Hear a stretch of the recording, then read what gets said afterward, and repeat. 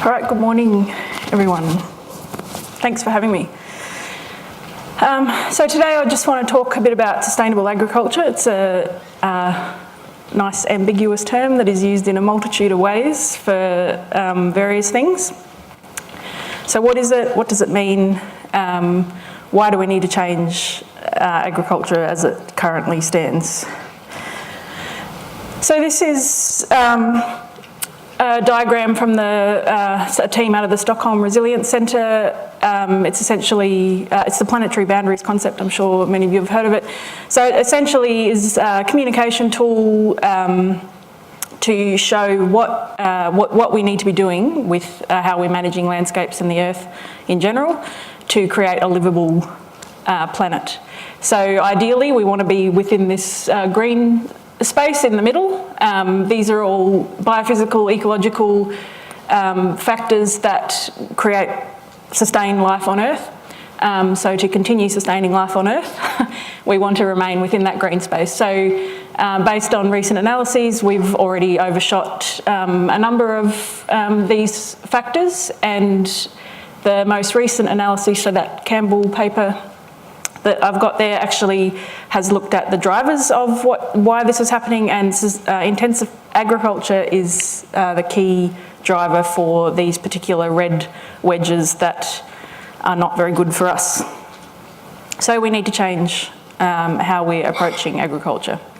A related concept is this Kate Raworth's Donut Economics, which was, she's just published this last year, but it's been talking about it for a while. It builds on that planetary boundaries concept, but it integrates the social foundation of our society with the ecological boundaries that we saw in the previous diagram. So essentially works the same way. We move out from the centre. In an ideal society, we want to be achieving these basic social foundations that are essential for human well-being. So they're in the centre of the donut. And then we also can't overshoot these particular ecological ceilings on these environmental factors. So the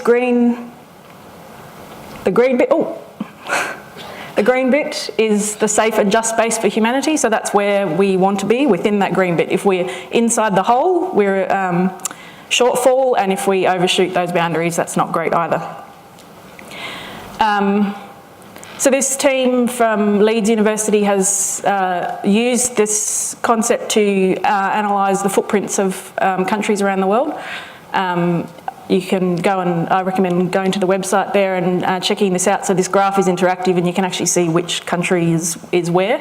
I've just circled Australia so we can see how we're going.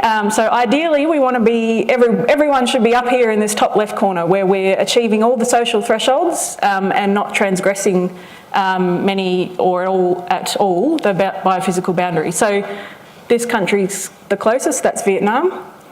Australia's not doing so well. And you can actually get a little diagram like this for each country to see how they compare. So even though we're doing really well with human well-being, we've achieved all the social thresholds to live the good life that we want to live, we're actually overshooting on all but one of these biophysical natural resource footprints. So I'm not presenting this as a doom and gloom. It's not intended to be depressing. It's actually, I see communication tools like that as inspiring and positive communication tool. They motivate us to actually do something about what's happening. It's not throw your hands up in despair. So there are solutions for these problems that intensive agriculture is causing. There's a lot of evidence showing all of these things on this screen, concepts and various individual practices plus many more that aren't on there, have been proven to work in various contexts.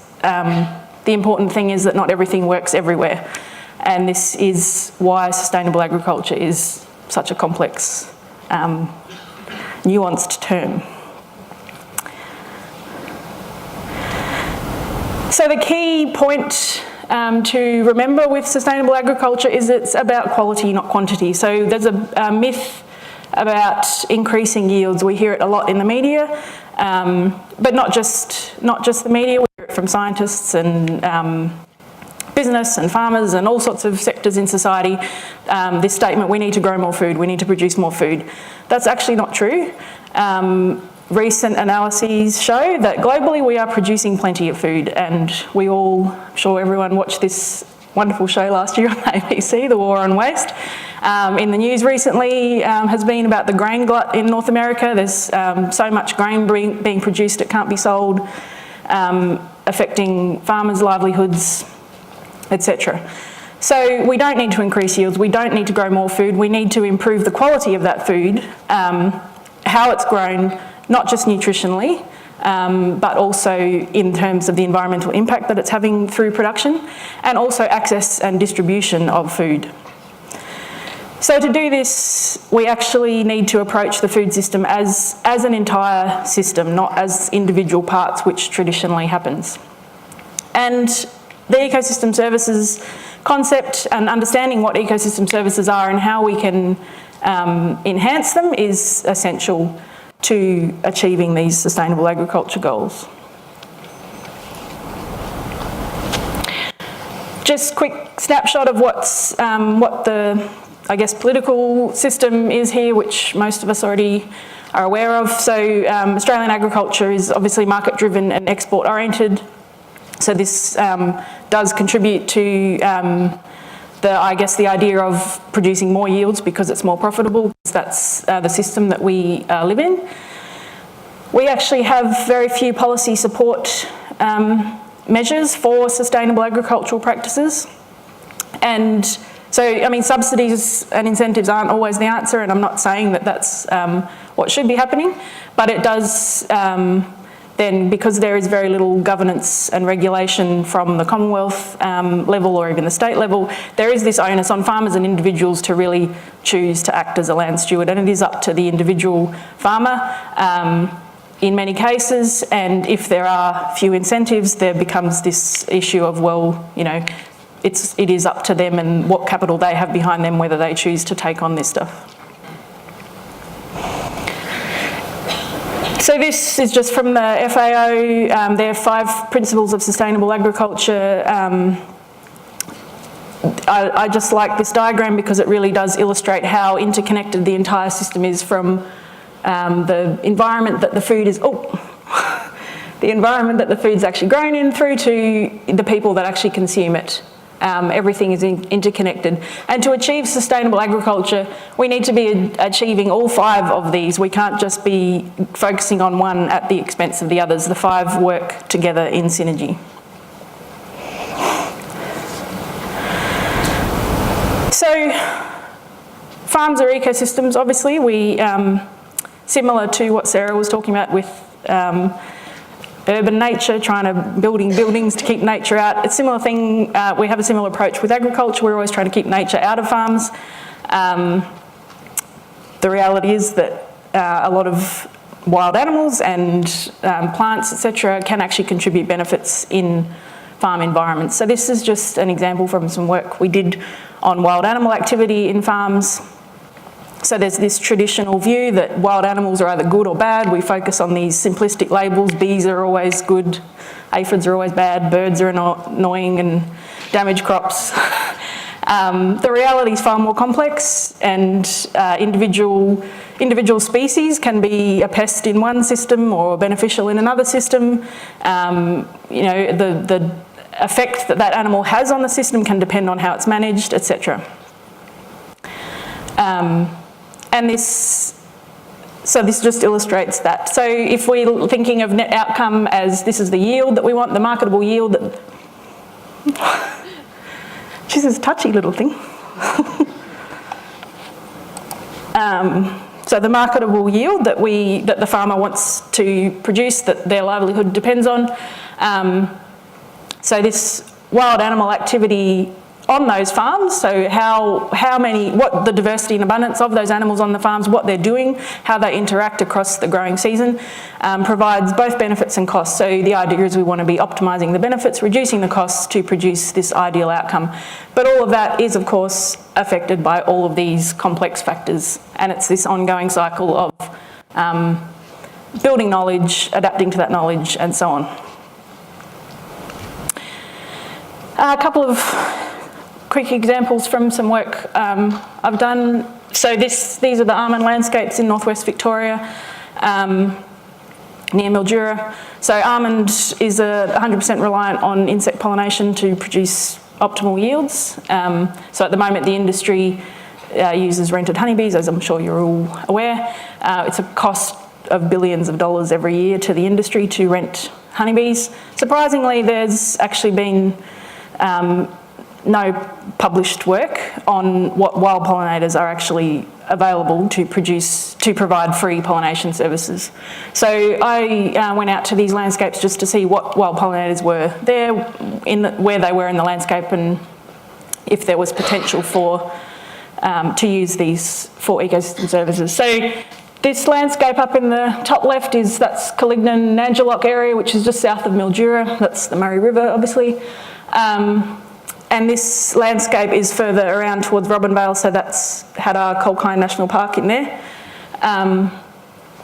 Two very different landscapes. This one is a nice mosaic landscape, lots of different crops, horticultural crops grown in there, patches of remnant vegetation, smaller blocks, so you can see that each of those individual farms is a lot smaller than what's going on over here. This particular landscape is very homogeneous, so pretty much all of that through there is almonds, but then they have some nice intact areas of native vegetation as well. The different types of almond orchards I was comparing, so these are the monoculture intensive large, thousands of hectares plantations versus the smaller orchards that have ground cover, a lot of other different crops growing on the farm, some of them are managed organically, etc. So not surprisingly, this isn't great habitat for pollinators. So, it looks like they're in flower, they look very pretty when they're in flower. But for the rest of the year, it's essentially a desert. There's nothing growing there because they do remove all the vegetation under the trees. So my work, and it's all been published, so I won't go into all the details of it, but it's essentially there were no wild pollinator species within these plantations. There were some around the edges and in the native vegetation next to the plantations, but not inside. Whereas in these smaller fields, these smaller orchards over in the complex landscape where there was a lot more diversity of resources across the landscape, so not even just within the orchards but also surrounding the orchards, there were more wild pollinators around. Similar thing in apple orchards in southeastern Australia. So these two red dots up the top here, so we looked at three different landscapes that are the key apple growing regions, so the Shepparton region and Harcourt in Victoria and Batlow in southern New South Wales. So this was really interesting. We had a mix of different types of orchards on a scale of different management intensities.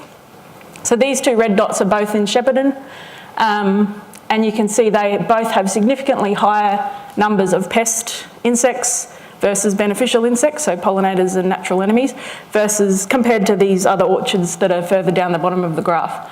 The most interesting thing to me was that one of these orchards, so SG up here, is actually a certified biodynamic orchard. It's managed quite nicely from an environmental perspective, yet it still had this high level of pests. It was embedded in the landscape of mostly intensive conventional agriculture. And we think that was what was going on here, and this is something that's been found also overseas, that there are these interaction effects between what's going on the farm versus what's happening in the landscape. So even though you might be doing sustainable management practices on your individual farm, if the landscape itself doesn't support source populations of beneficial species, it can affect what happens. And that's just the landscape shot, so they're all at the same scale of our three study sites. You can see there's very little native veg left around Shepparton. I think it has one of the highest rates of land clearing in Victoria. I think there's something like less than 10% of the original forest cover left in that district compared to the other two regions where we do have some native veg around. So I think one of the key aspects to establishing more sustainable agricultural practices is the communication, and the challenges surrounding that, partly because of the ambiguity of the term, and it is used in such a multitude of ways. A key issue is disciplinary silos, and this isn't just within academic disciplines, although that is also a problem. Traditionally, ecologists generally focus on particular systems and views. Agricultural scientists focus on different types of systems, and then we have all the social sciences and economics, etc., that all do their own thing. But this is also outside of academic research. So Rosemary mentioned the issue with science and business mismatch, science and policy. We all know that these mismatches exist, and it's about working out how to actually cross those boundaries. But it's not always the fault of academics and scientists. I think that both sides do need to meet at the table. So the scientific method, again, a lot of the existing scientific knowledge has on sustainable agricultural practices, or how agricultural management affects biodiversity or ecosystem function, has been done under this traditional scientific method, which is very objective, reductionist, look at isolated components, which is fine, but then we have this mismatch with this idea of sustainability, which is a very value-rich concept. It's very contextual. What works in one system may not work in another system, etc.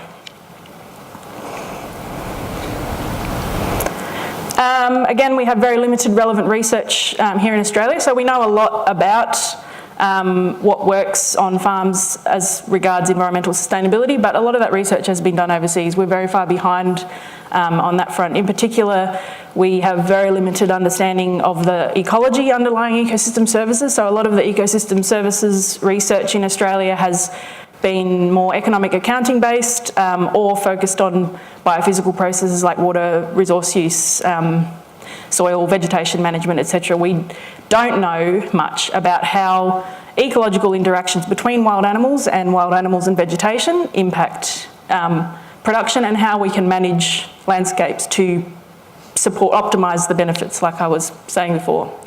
Trade-offs and synergies are another really important point, and again this, because the nature of ecosystem services research has traditionally been to look at individual components, so pollination people will just look at pollinators in the system and what they're doing, but the reality is that the yield of the fruit that we want to, that is the factor of interest, is actually driven by a lot of different things going on in that system. You can't just relate it to pollinators or pests or some individual system. And climate extremes as well. So Carl was mentioning yesterday about these compound events which are happening more frequently, and this is something that we still don't know in Australia, how we can manage agricultural systems to be more resilient to these effects. And finally, this is a really important point, as I mentioned before, with the animals, this idea of simplified dichotomies, which we all love. It's easy, it's easy to talk about, it's easy to say, oh, we can just do this and it'll fix everything. These are good, these are bad, get rid of those. It doesn't work like that, obviously, we all know that, but often policies and practice systems don't always reflect this complexity. Another really important point, results to transition to sustainable agricultural practices, it takes time. So a lot of the research done from overseas, obviously, again, there's not much from Australia, on transitioning from conventional agricultural practices to organic or similar systems show that the changes and the improving the ecosystem function in the system can take 5 or more years. So often when a farmer makes the decision to change, in the first year, often their yields decline quite significantly. And things might get worse, pests might increase, etc., as the system is adjusting to those changes. But often that's the point where they give up. They think, oh, well, it got worse, so I'm going to go back to what I was doing before because that was working. And this is something that I think this transition period is important, and there's very little support for that. Like, if a farmer doesn't have enough of their own capital behind them, it's often more risky to keep going just in case it might work. So understanding how we can manage that risk and encourage people to continue through that transition, even when it may not be going in the direction that it looks like it should be. I think these three systems concepts, which seem complicated and complex, but I think they're really key communication tools in opening up the discussion about sustainable agriculture. Agroecology, again, is another misinterpreted word. It's not just about smallholders in global south countries.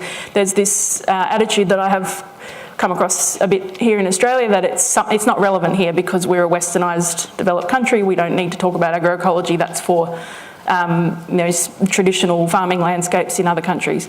Agroecology is simply a term to consider the entire food system. So it's not just about agricultural production, it's about considering who the consumers are, who the producers are, who the middle people are, how all of these things work together. Sustainable agricultural systems are about the people all around them, not just the food production. Ecosystem services, another misunderstood concept. It's not all about dollars and accounting and putting values on things.